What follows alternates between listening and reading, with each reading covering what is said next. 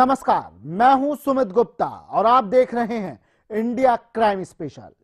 आज हम डॉन की बात करेंगे, ऐसे डॉन की जिसने दुनिया में शोहरत और दौलत कमाने के लिए अपने देश से गद्दारी की, हिंदुस्तान में न जाने कितने लोगों के खून से होली खेली।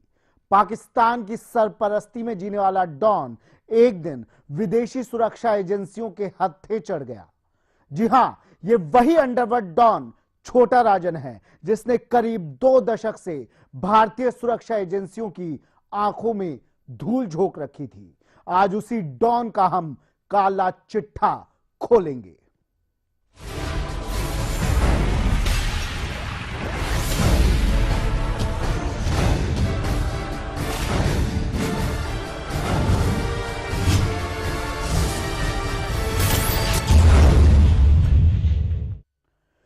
छोटा राजन एक ऐसा नाम जिसे मुंबई अंडरवर्ल्ड में नाना के नाम से जाना जाता है।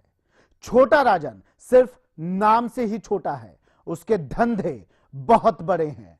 55 साल का छोटा राजन 30 साल पहले एक आम आदमी की जिंदगी जीता था, लेकिन धीरे धीरे उसने अपने आप को अपराध की दुनिया का बेताज बादशाह बना लिया।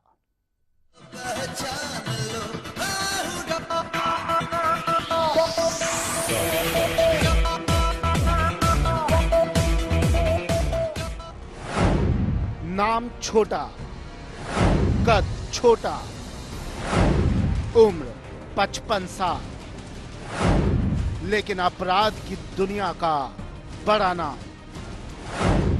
30 साल पहले एक आदमी सिनेमा घरों में टिकट ब्लैकमेलिंग का काम, लेकिन अब कुख्यात अपराधी सुपारी किलिंग, अपहरण, रंगदारी वसूलना, स्मगलिंग, मर्डर के साथ और भी कई बड़े धंधे।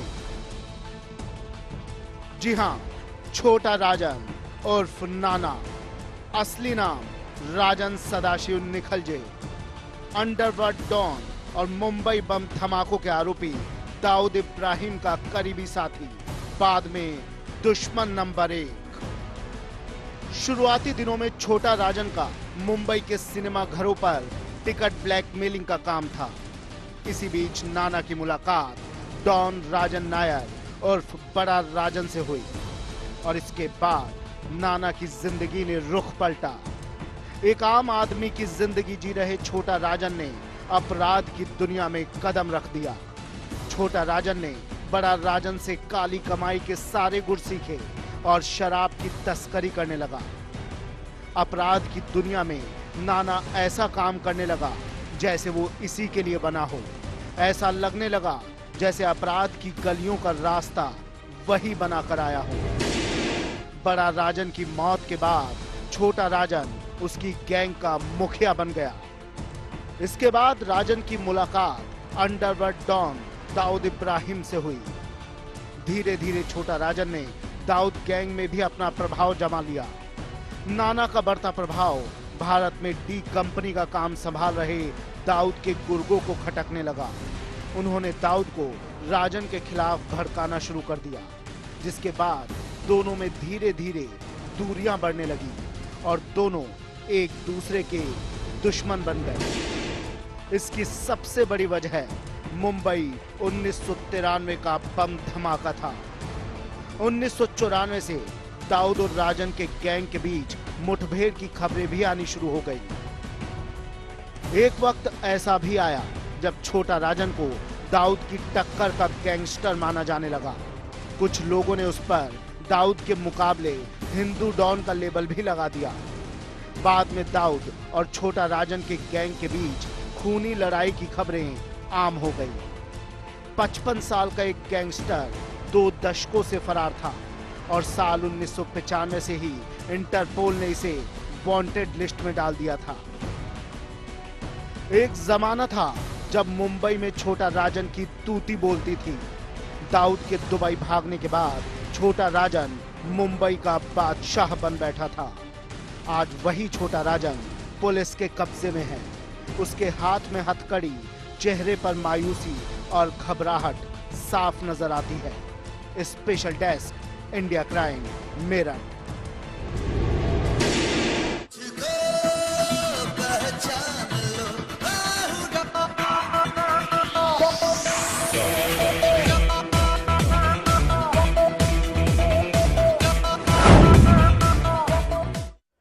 छोटा राजन जितना अब खतरनाक है उतना ही बचपन में दब्बू किस्म का था। राजन की बचपन की जिंदगी बड़ी ही सादी थी, लेकिन 25 के बरस में कदम रखते ही उसकी जिंदगी बदलने लगी। राजन सदाशिव निखलजे धीरे धीरे अब बन गया छोटा राजन।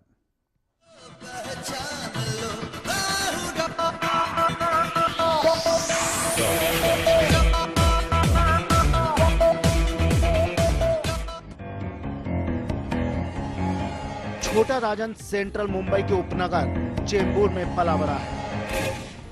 वो तिलक नगर के आमची पाठशाला में पढ़ता था। ये मराठी मीडियम का स्कूल था।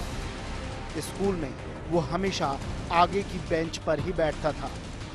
राजेंद्र पढ़ाई में औसत था। स्कूल में वो पढ़ाई से ज्यादा मराठी लोक नृत्य में दिलचस्पी लेता था।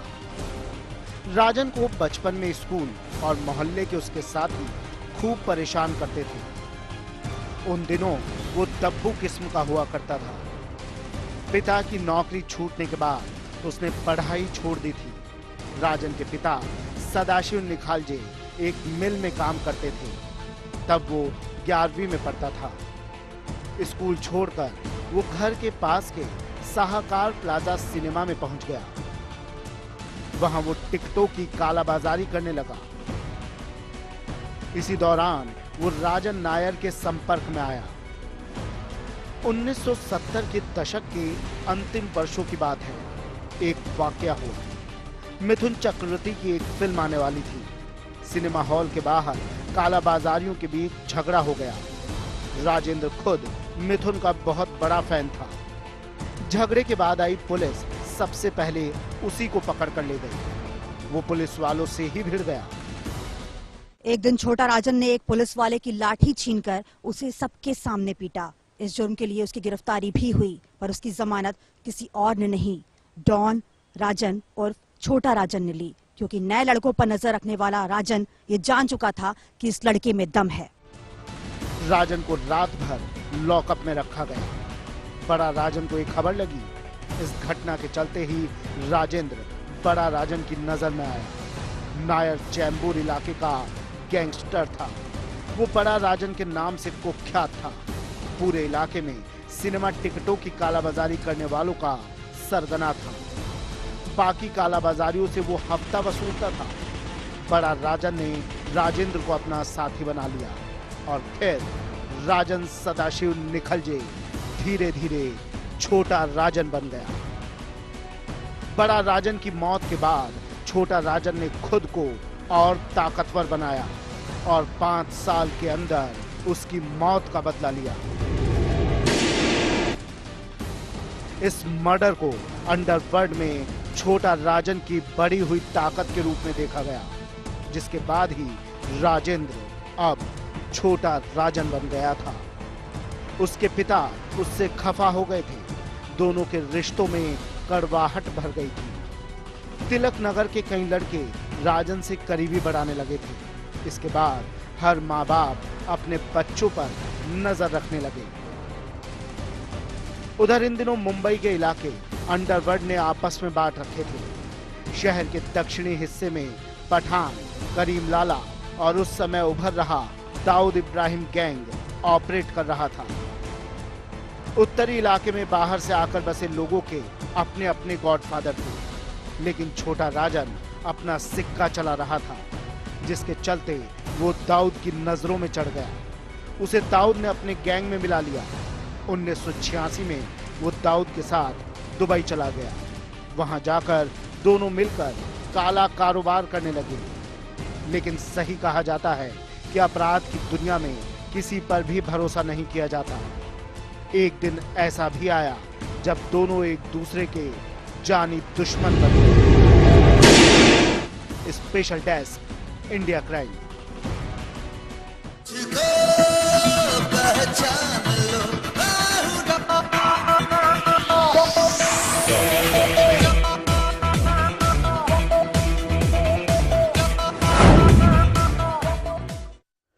अपनी गिरफ्तारी से बचने के लिए छोटा राजन ने मोहन कुमार के फर्जी नाम से पासपोर्ट बनवा रखा था।